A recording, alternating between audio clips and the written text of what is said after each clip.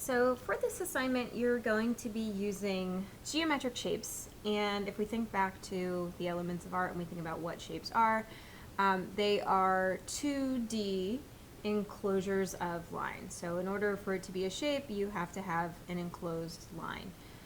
What makes shape different from form is that shape is something that is flat and two-dimensional. Form is something that is 3D, so it's three-dimensional. It looks like it's, popping up, and that it has depth. So we're going to use shapes. We're going to use geometric shapes for this assignment that are flat, and we're going to arrange them in a way to make it appear that we have a form. So we're going to build a form using 2D shapes, which is going to end up being a house for this project. So you are being tasked with coming up with 10 different geometric shapes for this assignment. So when I say different, I mean that shapes cannot be repeated. So if I use a circle for a shape, I can't repeat it again as one of my 10. I have to use something different. So what I would suggest doing is on the right-hand side of your paper, making a list of 1 to 10. That way you can write down your shapes as you go and keep track of how many shapes that you have to make sure you get all 10 in there. So this is on the right-hand side of my paper. It's a little away from the edge, that way I have room to write the name of the shape in that space there. To draw the house, I'm going to show you how to use those geometric shapes and put them together to give you a two-sided view of the house. So it's going to be in almost like two-point perspective, where you can see the front of the house and the side of the house. And we're just going to use some basic shapes to do that. So I would recommend for this assignment having a ruler or a straight edge of some type. So if you don't have a ruler at home, use the edge of a book, edge of a folder, anything that's straight that you can push your pencil up alongside of to get a straight edge will work for this assignment. So we're going to start by drawing the front of our house. And we want to start, if your list is a little bit out from the edge here, we want to start somewhere close to where that list is. We want to leave enough room on the left side of the page to draw the side of the house. So the front of the house is going to be around this section here. The side of the house is going to be on the opposite side of the page. To draw the base of the house, we're going to use a rectangle, and we're going to situate it kind of near the bottom because we need room at the top for the roof. So you want to get it near the bottom of your page, over here close to about where your list is. So what I like to do first is just lightly sketch out my rectangle. I'm not using my ruler yet. I'll go back in with my ruler and define my lines a little bit better once I have the size right. But I'm just going really loose for now and just lightly sketching that out.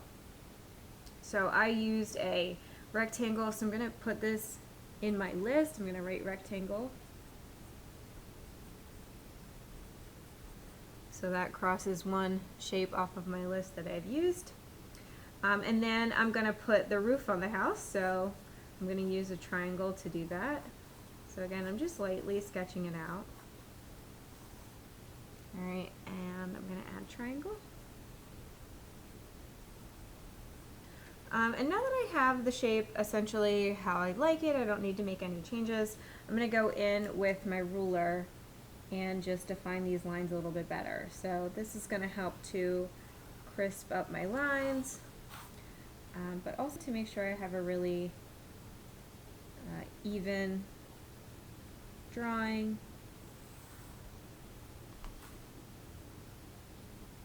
And to keep everything really in perspective. So you want to make sure when you're drawing these lines on the sides that they're parallel to each other, so they stay the same distance apart.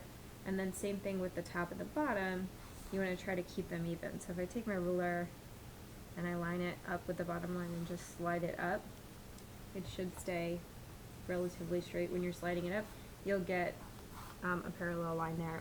It will be even on each side.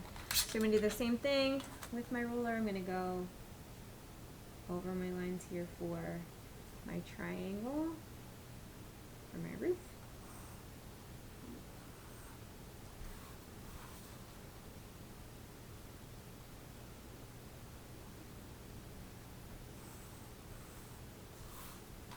Okay, and that's just going to give me the basic shape of my house. I can get any stray lines out of there.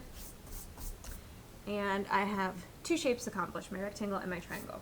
So now we're going to draw the side of the house. And to do this, this is where your ruler is really going to come in handy, because this is going to help you keep your lines parallel to each other. We're going to start in this middle section of the house here where the roof and the front of the house meet, so this corner here. What you're going to do is, rather than having a straight line across, you're going to angle your ruler a little bit. It shouldn't be like a crazy angle, but it should be slightly pivoted up. Okay, this is going to put the side of our house on an angle and help keep everything into perspective. If it's straight, it's not going to look right. So we just want to go from that little corner, angle it up slightly, and we're going to draw a straight diagonal line coming out from that corner. It doesn't have to be super dark right now. You can always go back and darken it up later in case you just need to erase or re-angle or what have you.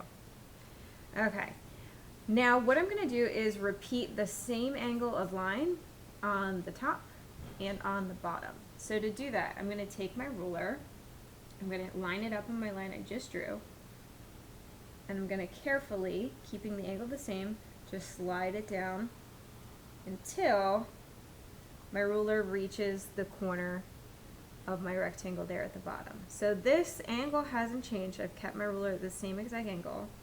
I'm just going to follow now from that corner out in that same direction.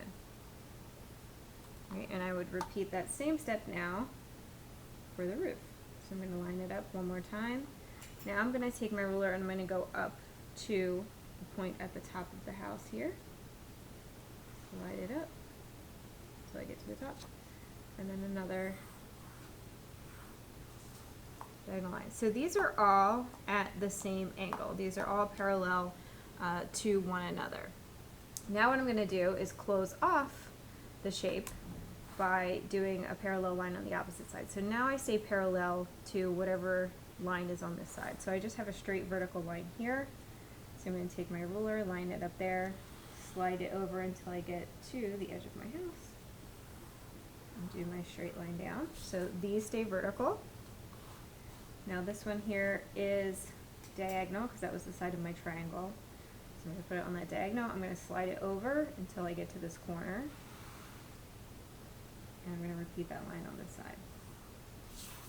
Okay, now I drew my lines lightly so I can erase any overhang.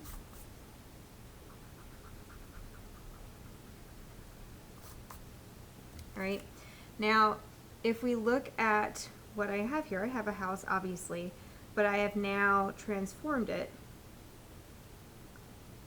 into a form. So it looks three-dimensional. So even though I've taken these shapes which are flat, I've arranged them together in a way that makes it look like this now has depth. So I've taken a shape and I've transformed it into a form.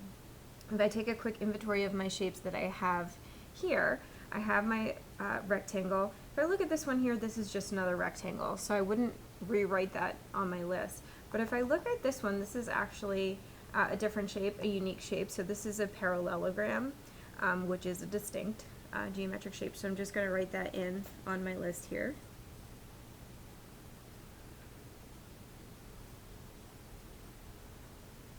My parallelogram. Alright, so just by drawing the base of the house, I have come up with 3 of my 10 shapes.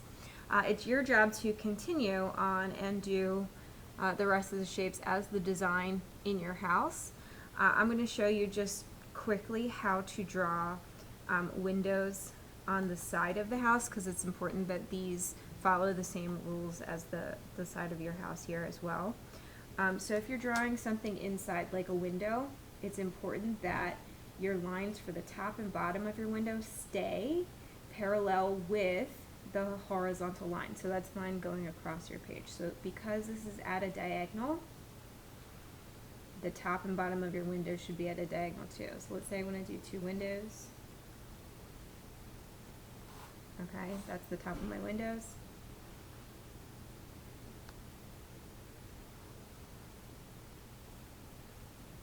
That's the bottom of my window.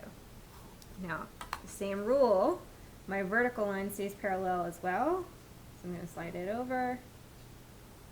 This stays vertical.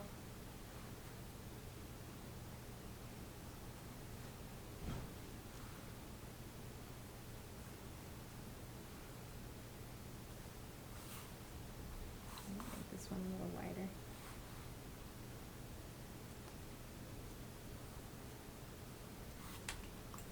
Right, and then I would just erase my excess.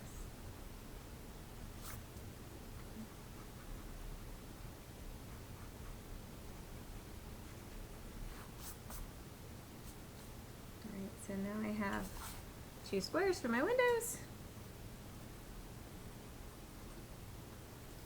Right, and then I would just continue designing the house. So remember, this is a gingerbread house. So you want to decorate it, adorn it with sweets or designs or what have you.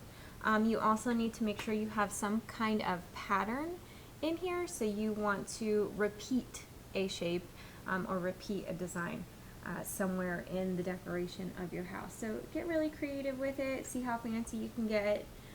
If you want to do like a quick Google image search of gingerbread houses, that might give you some ideas for shape decorations that you can put on it, or types of candy that are certain shapes, like mints are circles, for example, or gumdrops are either half circle or oval in shape. So there's lots you can do with geometric shapes to kind of build and design this house. After you have your 10 geometric shapes on there, you can use other types of shapes or designs in the decoration of your house. So if you want to go in and do like a squiggly organic shape for some icing or something, that's okay to do, as long as you have made sure that you have 10 geometric shapes already in total. Okay, have fun, good luck.